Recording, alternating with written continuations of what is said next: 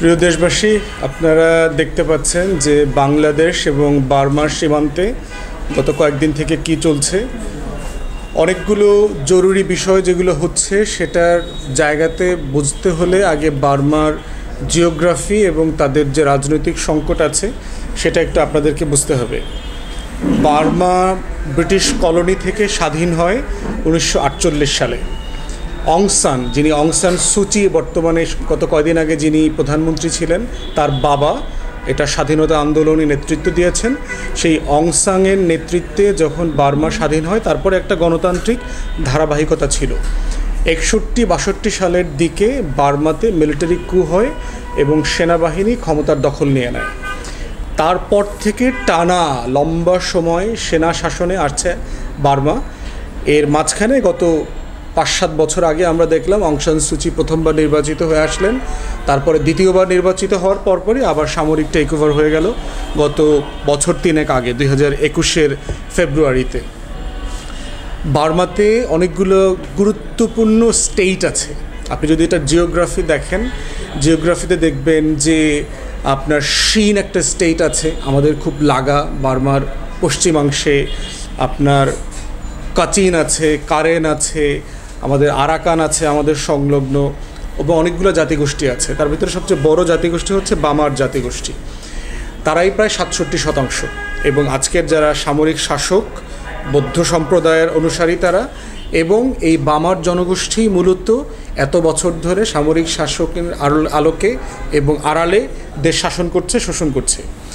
অন্য যে জাতিগোষ্ঠীগুলো আছে তারা বিভিন্ন অঞ্চলে বাস করছে, চীন সীমান্তে অথবা থাইল্যান্ডের সীমান্তে অথবা লাওসের সীমান্তে অথবা ভারতের সীমান্তে।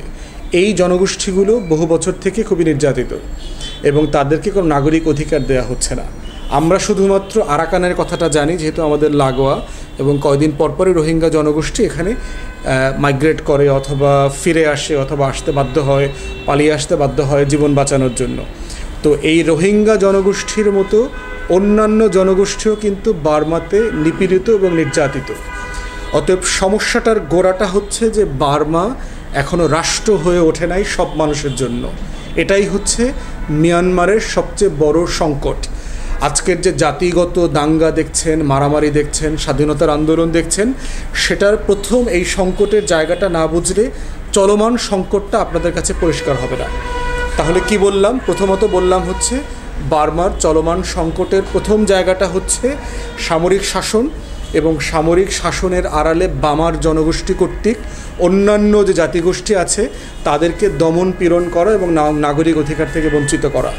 এবং বাকি যে জনগোষ্ঠীগুলো আছে তারা বিভিন্ন পর্যায়ে স্বাধীনতার জন্য, স্বায়ত্ত শাসনের জন্য, অধিকারের জন্য সশস্ত্র লড়াই এবং আন্দোলন করছেন, এবং এটা চলমান আছে। এবং এখন দেখবেন যে মূলত 2-3টা বড় অ্যালায়েন্স আছে যারা বার্মার সামরিক শাসকদের সাথে ফাইট করছে। এটার সাথে যোগ হয়েছে অং সান সুচিকে ক্ষমতাচ্যুত করার পরে বার্মার যে গণতান্ত্রিক আন্দোলনের নেত্রী ছিল, তাদের যে রাজনৈতিক দল ছিল, তারা প্রতিবাদ করে ক্ষমতাচ্যুত হবার পরে, মিলিটারি কুয়ের পরে, এবং এই দলের হাজার হাজার নেতা কর্মী খুন হয়েছে 2021 সালে, 22 সালে, এবং তাদের উপর অত্যাচার নির্যাতন এখনও চলছে। তাহলে কতগুলো ক্ষোভ এবং বঞ্চনার ফল জমা হয়েছে এখানে। মিলিটারি শাসন, গণতান্ত্রিকভাবে নির্বাচিত সরকারকে ক্ষমতাচ্যুত করা, মিলিটারি শাসনের আড়ালে বামার জনগোষ্ঠীর আধিপত্য, এবং অন্যান্য যে জাতিগোষ্ঠী আছে তাদের নাগরিক অধিকারকে স্বীকার না করা। এইগুলোর কালমিনেশন হচ্ছে বার্মার আজকের যে সংকট এটা। এবং এই সংকটটা কোথায় গিয়ে গড়িয়েছে দেখেন, গত বছর নভেম্বর মাসে বার্মার যে মিলিটারি কাউন্সিল আছে, রাষ্ট্র চালাচ্ছে, সেটা এখন যে প্রেসিডেন্ট বার্মার, তিনি সাবেক জেনারেল মিন সোয়াক, সে পরিষ্কার করে বলেছে যে এইভাবে যদি চলতে থাকে তাহলে বার্মা ভেঙে কয়েক টুকরা হয়ে যাবে, এই রাষ্ট্র থাকবে না। এবং আমেরিকা থেকে শুরু করে অনেক দেশের গবেষণা প্রতিষ্ঠান বলেছে যে বার্মার যে মিলিটারি শাসক আছে তাদের হাতে 17% ভূখণ্ড মাত্র এখন নিয়ন্ত্রণে আছে। যারা বেশিও বলছে তারা বলছে যে এটা কোনোভাবেই 40%-এর বেশি হবে না। তাহলে একটা রাষ্ট্র কতটা দুর্বল হয়ে গেছে এই অধিকার দিতে না পারার কারণে।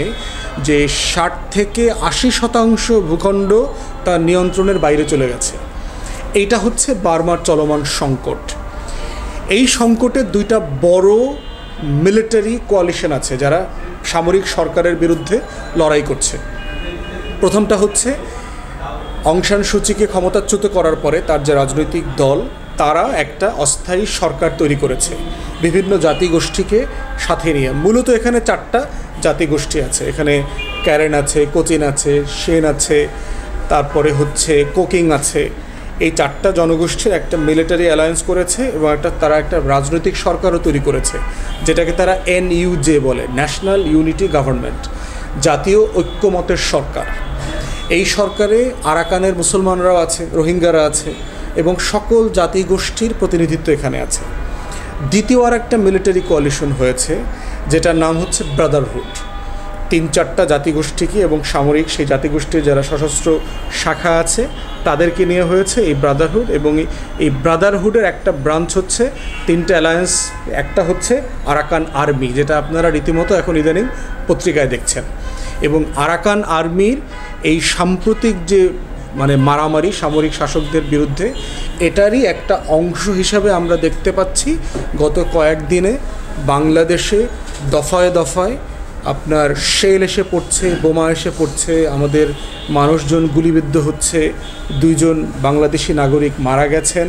প্রায় 250-র মতো বার্মার বিভিন্ন পর্যায়ের লোকজন বাংলাদেশে এসে আশ্রয় নিয়েছেন।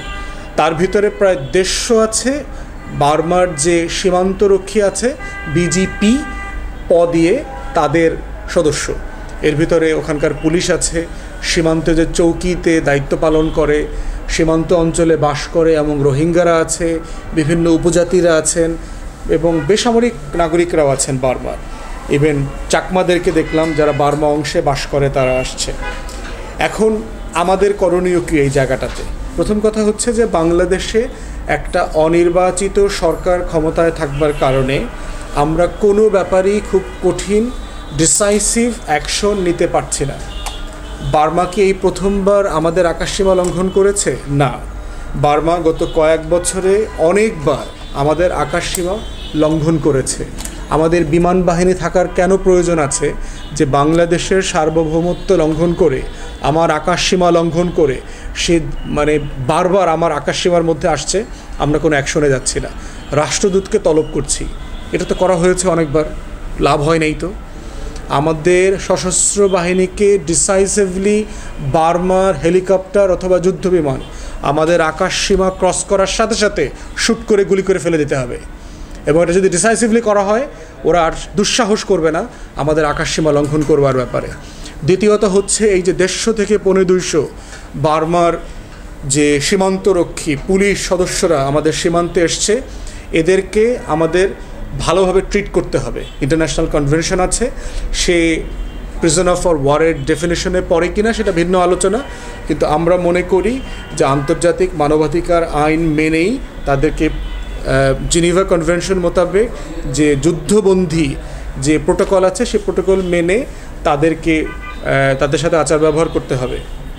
তৃতীয়ত হচ্ছে তারা অবৈধভাবে দেশে ঢুকেছে, অর্থাৎ তারা আমাদের ইমিগ্রেশন যে ল আছে, সীমান্তর যে আইন আছে, এই আইন লঙ্ঘন করেছে, ইমিগ্রেশন ল ব্রেক করেছে, সেটাও বিবেচনায় নিতে হবে। চতুর্থত হচ্ছে যে সকল বার্মার সীমান্তরক্ষী বাহিনী সদস্য আমাদের হাতে এখন আছে, তাদের সবাইকে থরলি ইন্টারোগেট করতে হবে, জিজ্ঞাসাবাদ করতে হবে। কারণ 2017-18 সালে যে 13 লক্ষ রোহিঙ্গা মুসলমান আরাকান থেকে পালিয়ে বাংলাদেশে এসছে, এই গণহত্যার সাথে এই সীমান্তরক্ষীরা, এই পালিয়ে আসা বার্মিজ পুলিশরা কোনো না কোনোভাবে জড়িত। তাদেরকে জিজ্ঞাসাবাদ করতে হবে সিরিয়াসলি যে তারা আমাদের এই 17-18 বার্মার যে গণহত্যা হয়েছে আরাকানে, এই গণহত্যার সাথে কার কতটুকু ইনভলভমেন্ট আছে, ছিল অথবা কারা কারা জড়িত, এই তথ্য আমাদেরকে বের করতে হবে।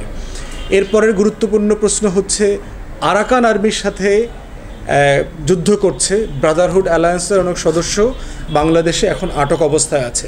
তাদেরকেও ভালোভাবে তাদেরকে যাদের এন্টাইটেলমেন্ট আছে, তাদের যেটা যুদ্ধবন্দী হিসাবে পাওনা আছে অথবা সীমান্ত ক্রস করে অবৈধভাবে ঢোকার কারণে যে মানবাধিকার তাদেরকে ইন্টারন্যাশনাল কনভেনশন দেয় সেটা আমাদেরকে দিতে হবে, কিন্তু থরলি জিজ্ঞাসাবাদ করতে হবে যে ওখানকার বাস্তবতা কী, ওখানে কী ধরনের শাসন চলছে, ওখানে যুদ্ধাবস্থা কোন জায়গাতে আছে, সেইটা আমাদেরকে কিভাবে অ্যাফেক্ট করছে।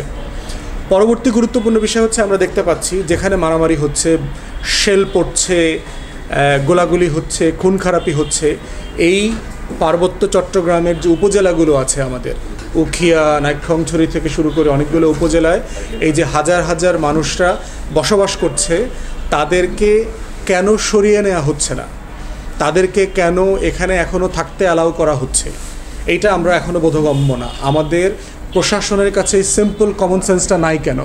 যেখানে কন্টিনিউ বোমা পড়ছে, বারুদ পড়ছে, শেল পড়ছে, আমাদের নাগরিকদের নিরাপত্তার জন্য এই জায়গাটা তো খালি করা দরকার ছিল, তাদেরকে তো একটা সেফ জোনে নিয়ে রাখার ব্যবস্থা করতে হবে।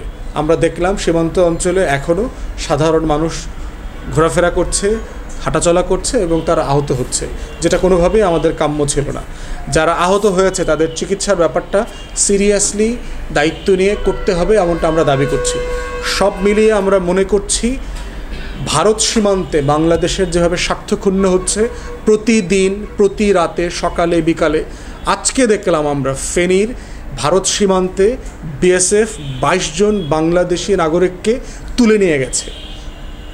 একের পর এই ঘটনাগুলো, খুনের ঘটনা ঘটছে। কয়েকদিন পরপরই লালমনিরহাট সীমান্তে বাংলাদেশিকে হত্যা করছে, চুয়াডাঙ্গা কুষ্টিয়া সীমান্তে হত্যা করছে, যশোর চাঁপাইনবাবগঞ্জ সীমান্তে হত্যা করছে, কুড়িগ্রাম সিলেট সীমান্তে হত্যা করছে।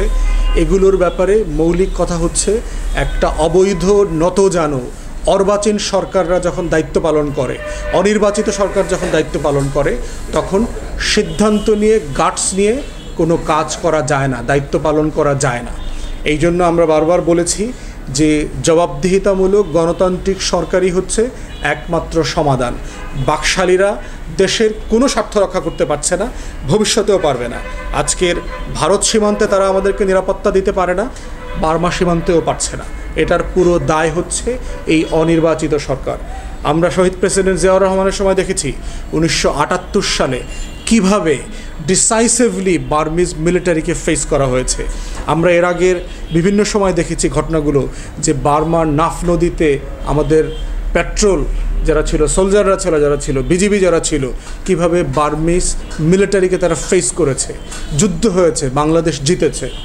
এই ধরনের ডিসাইসিভ মুভ না করলে আমরা আমাদের নাগরিকদের জীবন বাঁচাতে পারবো না, সহায় সম্পত্তি, স্বাধীনতা, সার্বভৌমত্ব এবং ভূখণ্ড কোনো কিছু আমরা হেফাজত করতে পারবো না।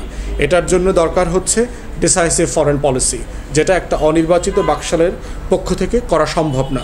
কিন্তু আমরা জাতীয় দায়িত্ব মনে করছি, দেশবাসীকে রাস্তায় এসে প্রতিবাদ করতে হবে, এটার বিরুদ্ধে কথা বলতে হবে। এই দাবি রেখেই আমার কথা শেষ করছি। ধন্যবাদ সবাইকে।